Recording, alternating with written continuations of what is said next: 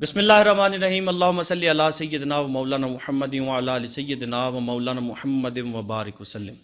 محترم ناظرین، پروگرام فلاح رمضان کے ساتھ آپ کا میزبان سید عرفان الحسنی آپ سے مخاطب ہوں۔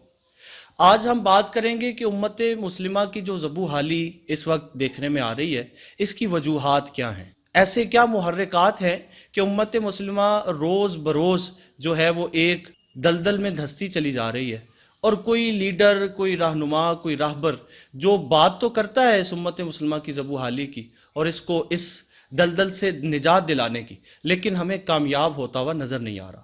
بہت سے اسلامی ممالک خلفشاروں کا شکار ہیں، بہت سے اسلامی ممالک اندرونی خانہ جنگیوں کا شکار ہو چکے ہیں۔ تو آج ان محرکات پر بات کرنے کی کوشش کریں گے۔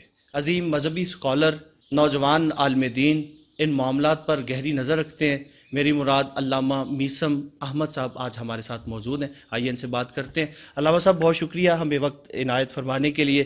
سب سے پہلے میں گزارش کروں گا، آپ کیا بیان فرمائیں گے اس حوالے سے جو صورتحال ابھی چل رہی ہے؟ تمام اسلامک ممالک جو ہیں، اسلامی دنیا جو ہے ایک عجیب سی صورتحال کا شکار ہو چکی ہے، کیا فرمائیں گے؟ بسم اللہ الرحمن الرحیم۔ سب سے پہلے تو میں آپ کا شکریہ ادا کروں گا، سوچ ٹی وی کی ساری ٹیم کا شکریہ ادا کروں گا کہ آپ نے رمضان المبارک کے ان مقدس لمحات میں اپنے چہروں کی زیارت نصیب فرمائی اور میرے موقف کو اپنے ناظرین تک پہنچانے کے لیے آپ یہاں تشریف لائے۔ یہ ایک ایسا سوال ہے جو اس وقت ہر ذی شعور مسلمان کے ذہن میں انگڑائیاں لے رہا ہے اور کسی حد تک مسلم امہ کے ذہنوں میں احساس زیاں جو ہے وہ بیدار ہو رہا ہے۔ تو آپ نے وقت کی نبض پہ ہاتھ رکھا اور اس موضوع کا انتخاب کیا، یہ میں بہت خوش آئند ہے، اور یقیناً یہ ایک ایسا موضوع ہے کہ اگر آپ اس پہ گفتگو فرمائیں گے، اپنے ناظرین کو ان تمام باتوں سے آگاہ کریں گے، اپنی عظمت رفتہ کی بحالی کے لیے اقدار عالیہ کو جو ہم فراموش کر بیٹھے ہیں ان پر اگر آپ پروگرامز کریں گے تو یقیناً امت مسلمہ میں ایک ریولیوشن آئے گا۔ آپ نے بالکل بجا فرمایا کہ اس وقت مسلم امہ ذبح حالی کا شکار ہے۔ 20 اسلامی ریاستیں ہیں جو اقوام عالم کی تقدیر کے جب فیصلے لکھے جاتے ہیں تو ان سے کوئی رائے نہیں لی جاتی، ان کی رائے کو کوئی اہمیت نہیں دی جاتی۔ یہ ایک مسلمہ حقیقت ہے کہ مسلمانوں کا وجود اس وقت پر ایک کاہ کی حیثیت رکھتا ہے۔ آپ اندازہ کریں کہ پچھلے 25 سالوں میں اس دنیا کی جو سپر پاور ہے، طاغوتی قوت ہے، امریکہ جسے آپ کہتے ہیں جی، ان کے صرف ایک اشارے پر پورے مسلم ممالک کو تہہ تہہ کر دیا گیا۔ افغانستان کی مثال آپ کے سامنے ہے، ان کو امریکی صدر کے صرف ایک اشارے پر پتھر کے دور میں دھکیل دیا گیا۔ عراق ہے، مشرق وسطیٰ سارے کا سارا سمیت لیبیا، عراق، شام، تمام اسلامی ممالک جو مشرق وسطیٰ میں، بلکہ یہ کہنا بالکل بجا ہوگا کہ اس وقت سارے کا سارا مشرق وسطیٰ جنگ کی آگ میں جل رہا ہے، صرف اس لیے کہ وہاں کے رہنے والے مسلم ہیں۔ سب سے پہلی جو ہماری کمزوری ہے من حیث القوم من حیث الامہ، وہ یہ ہے کہ ہم نے قومیت کی بنیاد مذہب کو نہیں سمجھا۔ حضرت اقبال نے اسی طرح اشارہ فرمایا تھا کہ قوم مذہب سے ہے، مذہب جو نہیں تم بھی نہیں۔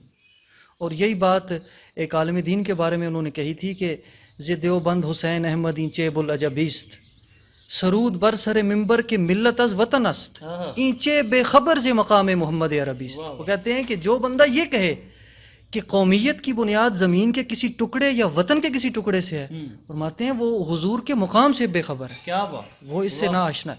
پہلی بات تو یہ ہے کہ آج دنیا کے کسی بھی ملک کے اندر کہیں جارحیت ہوتی ہے تو ہم صرف اس وجہ سے نہیں بولتے کہ ہمارے ملک میں نہیں ہو رہا، اس لیے کہ ہم اس کو اپنی قوم کا حصہ نہیں سمجھ رہے، وہاں کی آبادی کو۔ سب سے پہلی ہماری خامی یہ ہے۔ دوسری ہماری بڑی خامی یہ ہے جس کا اللہ رب العزت نے قرآن مجید میں 3 مقامات پہ اس غلطی کی نشاندہی فرمائی کہ وَمَن لَّمْ يَحْكُم بِمَا أَنزَلَ اللَّهُ فَأُولَٰئِكَ هُمُ الْكَافِرُونَ۔ اللہ پاک نے فرمایا کہ جو اللہ تعالیٰ کی اتاری ہوئی کتاب کے مطابق فیصلے نہیں کرتے یا احکامات کے مطابق فیصلے نہیں کرتے، وہی لوگ تو کافر ہیں۔ اگر انڈیویجولی اگر ہم خود کو دیکھیں تو ہم مسلم ہیں، ہم نمازیں پڑھ رہے ہیں، روزے رکھ رہے ہیں، حج بھی کر رہے ہیں، اور وہ جو اسلامی روایات ہیں ان پہ ہم عمل ضرور کر رہے ہیں، لیکن ایک قوم کی حیثیت سے ہم اللہ کی نظر میں مسلمان نہیں ہیں. یہ قرآن کی گواہی ہے. اس لیے کہ جن اسلامی ممالک میں اسلامی حکومت ہے بھی برائے نام، ان میں اللہ تعالیٰ کے احکام کے مطابق فیصلے نہیں کیا جا رہے. بے شک وہاں کی داخلہ پالیسی اسلام کے احکام کے مطابق نہیں ہے، وہاں کی خارجہ پالیسی اسلام کے احکام کے مطابق نہیں ہے. اور اس کی سادہ سی مثال ہے کہ کسی امریکی عہدیدار کا صرف ایک فون آتا ہے تو ہماری ساری جو مسلم امہ ہے وہ اس کے آگے لیٹ جاتی ہے. وَمَن لَمْ يَحْكُم بِمَا أَنزَلَ اللَّهُ فَأُولَٰئِكَ هُمُ الْكَافِرُونَ. ہم کہتے ہیں کہ ہم مسلمان ہیں من حیث القوم، لیکن اللہ کی نظر میں قرآن کہتا ہے کہ ہم مسلمان نہیں، اس لیے کہ ہم من حیث القوم، قومی سطح پر ہم کوئی بھی فیصلہ اللہ کی کتاب کے مطابق نہیں کر رہے. اس کی ایک مثال ہے سود. کوئی اسلامی ملک شاید ہی ایسا ہو کہ جہاں پہ سودی نظام نہ ہو. کوئی ہمارا جو انصاف کا نظام ہے، ہماری جو عدالتیں ہیں، وہاں پر عدل فاروقی کی کوئی مثال ہمیں نہیں ملتی. تو یہ وہ بنیادی دو محرکات ہیں میری نظر میں کہ جو ہماری زبوں حالی کا سبب ہیں. اور اگر ہم نے بر وقت ان حالات پر ہم نے وقت کی اس نبض پہ ہاتھ نہ رکھا اور ان مسائل کا ادراک کرنے کی کوشش نہ کی اور ان کا تدارک کرنے کی کوشش نہ کی، تو میں یہ سمجھتا ہوں کہ وقت دور نہیں ہے کہ جب ہمارے ایٹمی اثاثے جو ہیں وہ بھی اللہ نہ کرے کسی کام کے نہیں رہیں گے. علامہ صاحب بڑی خوبصورت باتیں، بڑی خوبصورت گفتگو آپ نے فرمائی. بیان فرمائیے کہ کچھ کوششیں تو جاری ہیں لیکن وہ کوششیں کہیں رنگ لاتی ہوئی نظر نہیں آ رہی. ان کی حضرات جو کوششیں کر رہے ہیں ان کی کوششیں کامیاب نہ ہونا، ان کے پیچھے آپ کیا سمجھتے ہیں کہ کون سے ایسے محرکات ہیں جن کی وجہ سے ان کی کوششیں کامیابی تک نہیں پہنچ پا رہی؟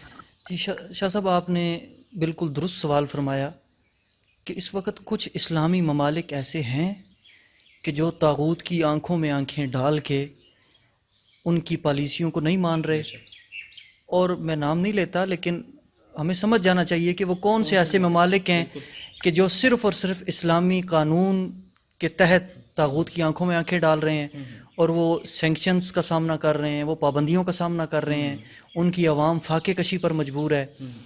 تو سب سے پہلی بات تو یہ ہے کہ ہم نے جو دین بڑی شان سے نکلا تھا وطن سے پردیس میں، وہ آج غریب الغربا ہے. اس کی ایک بنیادی وجہ یہ ہے کہ اتحاد کا عنصر ہم میں نہیں ہے.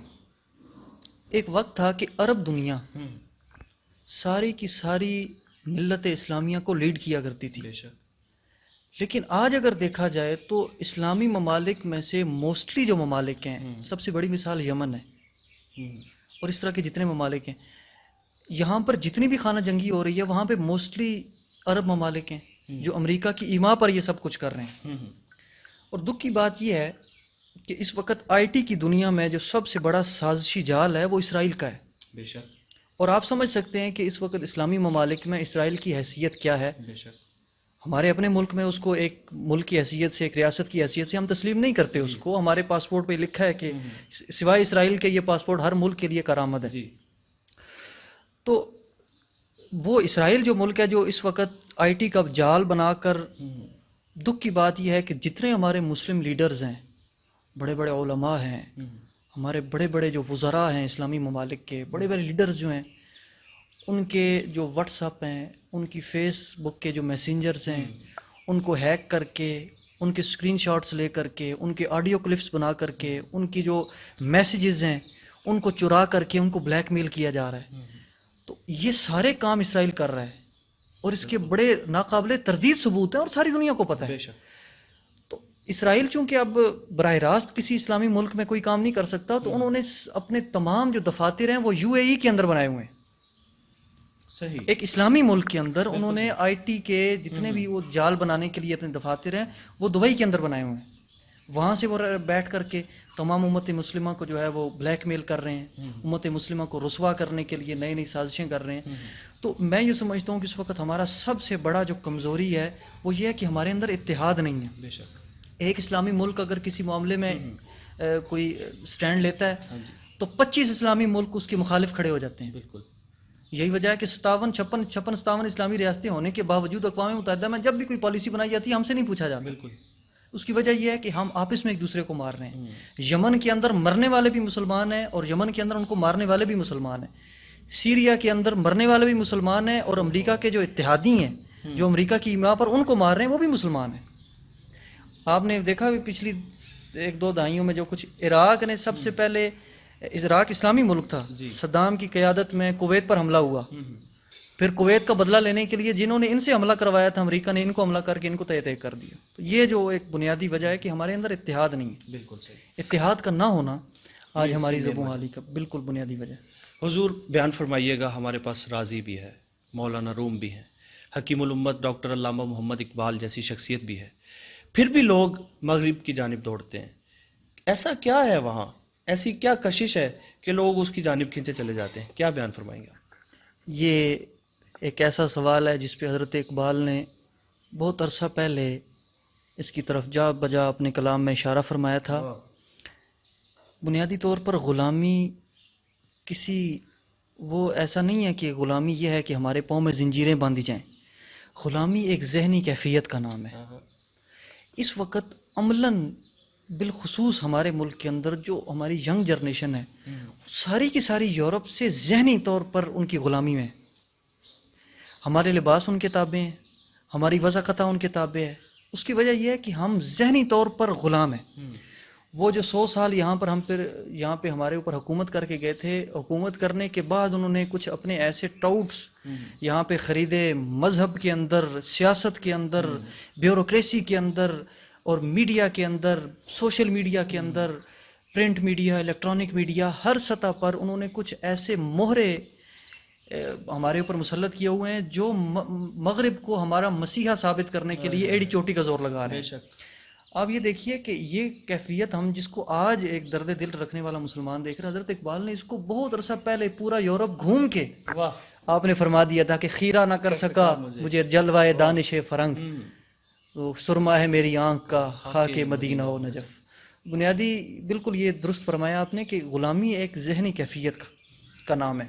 اور وہ ذہنی کیفیت ہمارے حکمرانوں سے لے کر کے ہمارے مذہبی طبقے تک، مذہبی طبقے سے لے کر کے صوفیات تک. دکھ کی بات میں آپ کے ساتھ شیئر کروں گا، پتہ نہیں آپ اس کو آن ایئر کریں گے یا نہیں کریں گے. آپ اندازہ کریں کہ ایک وقت تھا کہ صوفیاء اور منبر اور محراب یہ طبقہ جب جنگ آزادی کا موقع آیا تھا تو وہ مذہب ہی تھا جس نے ساری بر صغیر کی عوام کو انگریز کے مخالف کھڑا کیا تھا. وہ مذہب تھا صرف. وہ جو صوفیاء تھے جنہوں نے انگریزوں کے خلاف جہاد کے فتوے جاری کیے تھے، وہ علماء فضل حق خیر آبادی جیسے عظیم لوگ جنہوں نے انگریز کے خلاف مسلمانوں کے جذبات کو زندہ کیا اور ان کے اندر خودی اور خودداری کو زندہ کیا، آج انہی کی اولادیں بالغ ہونے سے پہلے یورپین کنٹریز کی نیشنلٹی لے رہی ہیں. وہی صوفیاء جو انگریز کے خلاف مسلمانوں کے جذبات کو زندہ کر کے ان کے خلاف جہاد پہ آمادہ کر رہے تھے، آج ان کی ساری اولادیں یورپ کے اندر ہیں. کیا وجہ ہے؟ کہ ہم نے یہ سمجھ لیا ہے کہ ہماری دنیا کی جنت یورپ کے اندر ہے، جبکہ نہیں. حضرت اقبال نے اس کی نفی فرمائی ہے کہ خودی نہ بیچ غریبی میں نام پیدا کر. اپنے ملک کے اندر اگر آپ کو چٹنی اور لسی کے ساتھ روٹی ملتی ہے تو آپ وہ کھائیں، لیکن اپنی خودی کا سودا نہ کریں. یہ وہ بنیادی وجہ ہے کہ ہمارے اندر کی جو خودی ہے وہ کسی بھی طبقے کے اندر آج زندہ نہیں ہے، اور ہم مغرب کو اپنا مسیحا سمجھ رہے ہیں. جبکہ حضرت اقبال نے، وہ مجھے پورا مصرع یاد نہیں آ رہا، وہ آپ نے فرمایا تھا کہ اندروں ان کا چنگیز سے تاریک تر، اندر سے صفاق ہیں. اب یہ دیکھیں کہ پوری دنیا کا جو سودی نظام ہے وہ جیوز کے ہاتھوں میں ہے، اور جیوز کا براہ راست غلام ہے امریکہ. امریکہ اس وقت ساری دنیا پہ سرمایہ کاری کر رہا ہے، لیکن بذات خود امریکہ اسرائیل کے بینکوں کا ٹریلینز آف ڈالرز کا مقروض ہے. اس کا مطلب ہے اقوام متحدہ، ورلڈ بینک اور یہ جتنے عالمی ادارے ہیں، IMF، یہ سارے کے سارے اسرائیل کے براہ راست غلام ہیں. اور مشرق وسطیٰ میں جو کچھ بھی ہو رہا ہے یہ اسرائیل کی ایما پر ہو رہا ہے. آپ کیا سمجھتے ہیں کہ جو اسرائیل، گریٹر اسرائیل کا جو ایک منصوبہ ہے، ہیکل سلیمانی کی تعمیر اور اس طرح کے چند جو وہ عزائم ہیں، آپ نے دیکھا کہ اس حالیہ بحران میں اسرائیل کے وزیر صحت نے ایک بیان جاری کیا، آپ نے یقیناً سنا ہوگا، دیکھا ہوگا، ہمارے ناظرین نے بھی، کہ اس کرونا وائرس کا جو بحران ہے ہمیں اس سے ہمارا مسیحا آ کے نکالے گا. اس مسیحا سے مراد مسیح دجال ہے، جس کو پوری تیاری کر رہے ہیں. وہ پوری طرح سے تیار بیٹھے ہیں کہ دجال آئے، ہم اس کے لیے گراؤنڈ تیار کریں، اسلامی ممالک کے جو ایٹمی دانت ہیں ان کو توڑیں، ان کی فوجوں کو کمزور کریں، معاشی طور پر ان کی معیشتیں کریش کر جائیں، یہ بھیک لے کے جس وقت ہمارے پاس آئیں تو ہم ان کے ایٹمی اثاثوں کو بھی خرید لیں، ان کی فوجوں کو بھی غلام بنا لیں، تو یہ دجال کے خلاف مزاحمت نہ کر سکیں۔ یہ ایک پورا جو گریٹر اسرائیل کا منصوبہ ہے، اور اس میں جو امریکہ ہے یہ ان کا میں سمجھتا ہوں کہ ٹاؤٹ ہے، جو پیچھے کچھ اور پیچھے کچھ اور ہے۔ اسرائیل جو ہے وہ امریکہ سے یہ سارے کام کروا رہا ہے، وگرنہ اسرائیل امریکہ اور عراق میں تو ہزاروں میل کا فاصلہ ہے، ان کو کیا لگے کہ وہ عراق میں آ کے جنگ چھیڑیں، ان کو کیا لگے کہ وہ شام میں آ کے جنگ چھیڑیں، افغانستان میں آ کے ان کو کیا ضرورت ہے جنگ چھیڑیں۔ دراصل ان کی نظر سے یہ حدیث گزری ہوئی ہے، حضور پاک علیہ الصلوۃ والسلام نے فرمایا تھا کہ خراسان سے ایک لشکر نکلے گا، اور آپ کو پتہ ہے خراسان، وہ آج جو خراسان ہے وہ ایران کا ایک شہر ہے، لیکن وہ پرانا جو خراسان ہے یہ بلوچستان کا کچھ ایریا ہے، اس میں ایران کے یہ سارے علاقے ہیں، افغانستان کا ایریا ہے، یہ سارا خراسان ہے۔ تو یہ جو ان کی نظر میں جو خراسان ہے، بنیادی طور پر یہ اس کو تہ کر کے امام مہدی کی جو نصرت کے آثار ہیں ان کو مٹانے کی کوشش کر رہے ہیں، یہ بنیادی محرک ہے۔